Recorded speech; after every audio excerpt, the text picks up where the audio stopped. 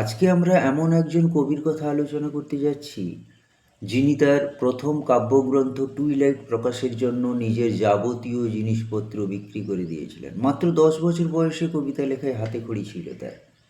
তো যে কাব্যগ্রন্থটি তাকে প্রথম খ্যাতি এনে দিয়েছিল, সেই কাব্যগ্রন্থটি হচ্ছে 20 love poems and a song of despair. আমরা বুঝতে পারছি এই কবি হচ্ছেন চিলির সীমান্ত প্রদেশে জন্ম চিলিয়ান কবি পাবলো নেরুদা। পাবলো নেরুদা প্রকৃত নাম হচ্ছে Neftali Ricardo race Basoalto. Picasso, Pablo Picasso থেকে হয়েছে পাবলো। নেরুদা হচ্ছে জর্জ নেরুদা বলে একজন চেক লেখক ছিলেন, সেখানে নামটি নেওয়া হয়েছে। ইনি অনেক কাব্যগ্রন্থ লিখেছিলেন, মাতৃভূমির প্রতি দায়বদ্ধতা থেকে, ভালোবাসা থেকে অনেক কাব্যগ্রন্থ রচনা করেছিলেন। তো তার যে এই অসুখী একজন যে কবিতাটা, এই অসুখী একজন কবিতা এক্সট্রা ভাগারিয়া বলে একটা কাব্যগ্রন্থের লা দেশদি চাঁদা বলে একটা কবিতার অনুবাদ হচ্ছে অসুখী একজন। এটা একটা লা দেশদি চাঁদা একটা স্পেনিশ শব্দ। নবারুণ ভট্টাচার্য এই কবিতাটার বাংলায় অনুবাদ করেছিলেন তার বিদেশি ফুলে রক্তের ছিটে বলে একটা কাব্যগ্রন্থে অসুখী একজন কবিতাটি সংকলিত হয়েছে। তো পাবলো নেরুদা তার সাহিত্য জীবনে স্বীকৃতির স্বরূপ 1971 সালে নোবেল পুরস্কার পেলেন। আমাদের গাব্রিয়েল গার্সিয়া মার্কেজ বলে একজন প্রখ্যাত লেখক রয়েছেন, তিনি পাবলো নেরুদাকে বিংশ শতাব্দীর সকল কালের সকল ভাষার শ্রেষ্ঠ কবি বলে আখ্যায়িত করলেন।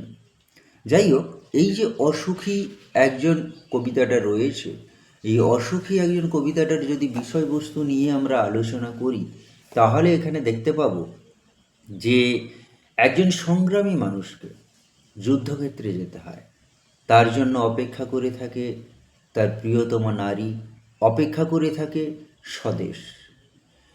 এই অপেক্ষার কখনো হয়েছে অবসান হয় না, অনন্ত ভালোবাসার অনির্বাণ দীপশিখা জ্বালিয়ে সে অপেক্ষা করে থাকছে। আমরা পড়ি কবিতাটা এইরকম: আমি তাকে ছেড়ে দিলাম অপেক্ষায় দাঁড় করিয়ে রেখে দরজায়, আমি চলে গেলাম দূর দূরে। অর্থাৎ আমি এখানে হয়েছে কথক কবি, অর্থাৎ সংগ্রামী মানুষটি তাকে হয়েছে অপেক্ষায় দাঁড় করিয়ে রেখে হয়েছে চলে গেলেন দরজায়। তাকে বলতে কাকে? ওই নারী কল্প স্বদেশকে। এখানে একটা জিনিস দেখো, আমি চলে গেলাম দূর, ডট ডট দেওয়া হয়েছে দূরে। অর্থাৎ সংগ্রামী মানুষটি যুদ্ধক্ষেত্রের প্রয়োজনে ঠিক কোন জায়গায় যেতে হবে জানে না। এই যাওয়া, ছেড়ে যাওয়া আমাদের না জানাকে, গন্তব্যকে নির্দেশ করছে।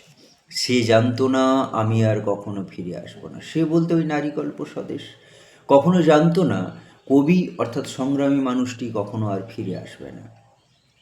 এরপরে দেখো, অনন্ত তাহলে অপেক্ষা নিয়ে ভালোবাসার অনির্বাণ দীপশিখা জ্বালিয়ে নারীকল্প স্বদেশ অপেক্ষা করে থাকলেও সংগ্রামী মানুষটির জন্য।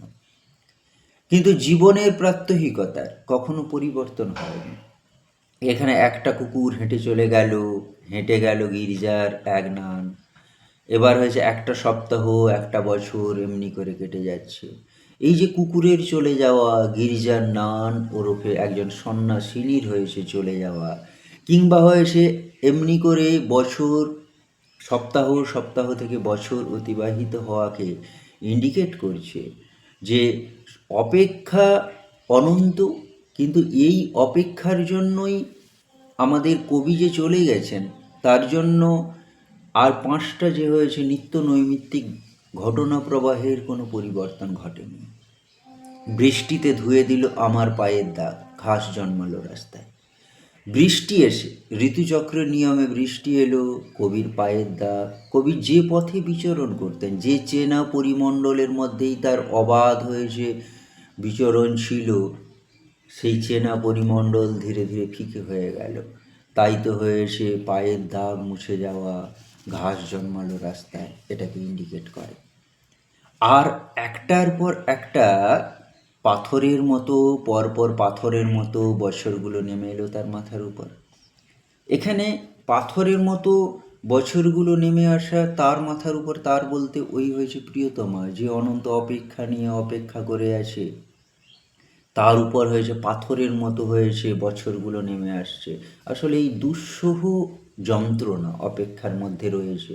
ভালোবাসার তীব্রতা ছিল বলেই হয়েছে অপেক্ষা, অপেক্ষার মধ্যেই রয়েছে অনন্ত যন্ত্রণা।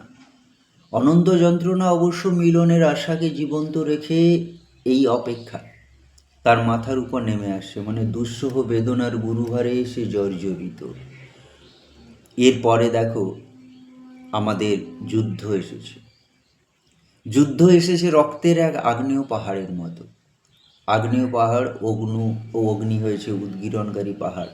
অগ্নি উদ্গীরণকারী পাহাড় যেমন করে সব কিছু চারিদিকের জনবসতিকে বিনষ্ট করে দেয়, ঠিক তেমনি করে যুদ্ধও হয়েছে সর্বগ্রাসী, সব কিছুই বিনষ্ট করে দেয়। এই বিনষ্টির উদাহরণ দিতে গিয়ে তিনি বললেন, শিশু আর বাড়িরা খুন হলো, সেই মেয়েটির মৃত্যু হলো না।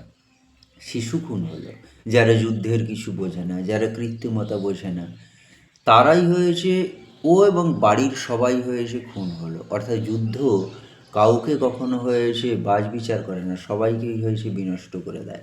সেই মেয়েটির মৃত্যু হলো না, যেই মেয়েটি হয়েছে অনন্ত অপেক্ষা নিয়ে কবির জন্য, ওরূপে সংগ্রামী মানুষটির জন্য অপেক্ষা করে আছে, সেই মেয়েটির কথা বলা হয়েছে। সেই মেয়েটির মৃত্যু হয়নি মানে কি? তাহলে সবাই শিশু আর বাড়িরা খুন হয়ে গেল, মেয়েটির হয়েছে মৃত্যু হলো না, এটা একটা একসার ব্যাপার। আসলে অনন্ত যে অপেক্ষা, সেই অপেক্ষার অবসান হয়নি। যেহেতু অপেক্ষার অবসান হয়নি, ভালোবাসা হয়েছে অনির্বাণ দীপশিখার মতো হয়েছে প্রজ্বলিত হয়ে আছে, এই কারণের জন্যই মেয়েটির মৃত্যু হয়নি। এরপরে দেখো যুদ্ধের বীভৎসতার পরিচয়। যুদ্ধের বীভৎসতার পরিচয় কি? সমস্ত সমতলে ধরে গেল আগুন, মানে যুদ্ধের আগুনের কথা বলা হয়েছে, ভয়াবহতার কথা বলা হয়েছে। আর শান্ত হলুদ দেবতারা, যারা 1000 বছর ধরে ডুবেছিল ধ্যানে, উল্টে পড়ল মন্দির থেকে টুকরো টুকরো হয়ে, তারা আর স্বপ্ন দেখাতে পারল না। তাহলে এই শান্ত হলুদ দেবতারা 1000 বছর ধরে মন্দিরে ছিলেন, তারা হঠাৎ করে যুদ্ধের বীভৎসতায় টুকরো টুকরো হয়ে মন্দির থেকে উল্টে পড়লেন এবং তারা আর স্বপ্ন দেখাতে পারলেন না গদ্যরূপ। এখানে শান্ত হলুদ দেবতাদের এই বিশেষণ ব্যবহার করা হয়েছে কেন? কারণ হচ্ছে, দেখো 1000 বছর ধরে মন্দিরে থাকার কারণে তারা হয়েছে নিষ্ক্রিয়।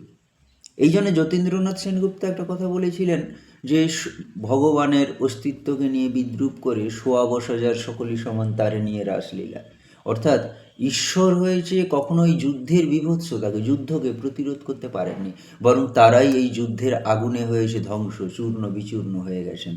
আর হয়েছে শান্ত হলুদ, তাদের নিষ্ক্রিয়তা শান্ত। হলুদ তাদের হয়েছে প্রাচীনত্বকে ইন্ডিকেট করছে, নির্দেশ করছে। তারা 1000 বছর ধরে যে ধ্যানে ডুবেছিল, তারা উল্টে পড়ে গেল মন্দির থেকে, স্বপ্ন দেখাতে পারল না। অর্থাৎ মানুষের আশা আকাঙ্ক্ষা এই দেবতাদের নিয়েই হয়েছে আবর্তিত হয় ভবির স্বপ্ন, সেটা আর পারল না, যেহেতু হয়েছে দেবতাই থাকলো না, মন্দির থাকলো না, আর স্বাভাবিক কারণে এটা সম্ভব নয়। আর সঙ্গে দেখো সেই মিষ্টি বাড়ি, সেই বারান্দা যেখানে আমি ঝুলন্ত বিছানায় ঘুমিয়েছিলাম, গোলাপি গাছ, ছড়ানো করতলের মতো পাতা, চিমনি, প্রাচীন জলতরঙ্গ, সব চূর্ণ হয়ে গেল, জ্বলে গেল আগুনে। তাহলে এই যুদ্ধকে আগুনের সঙ্গে কম্পেয়ার করা হয়েছে। যুদ্ধের আগুনের ভয়াবহতায় বা বীভৎসতায় কবির হয়েছে মিষ্টি বাড়ি, বারান্দা, ঝুলন্ত বিছানা মানে দোলনা, গোলাপি গাছ, ছড়ানো করতলের মতো যার পাতা, চিমনি, প্রাচীন জল তরঙ্গ, এক ধরনের হয়েছে প্রাচীনকালে বাদ্যযন্ত্র, জলের মধ্যে হয়েছে তরঙ্গ তুলে সুর আরোপ করা হতো, এবার সব চূর্ণ হয়ে গেল, জ্বলে গেল আগুনে। কবিতার আমরা বুঝলাম কবির হয়েছে যে বাড়িটিও যুদ্ধের ভয়াবহতায় বা বীভৎসতায় বিনষ্ট হয়ে গিয়েছিল, কিন্তু এখানে আমাদের মিষ্টি বাড়ি বলা হয় সেখানে বাড়িটাকে। আসলে কবির শৈশব স্মৃতির নানা অনুষঙ্গ ওই বাড়ির সঙ্গে জড়িয়ে আছে।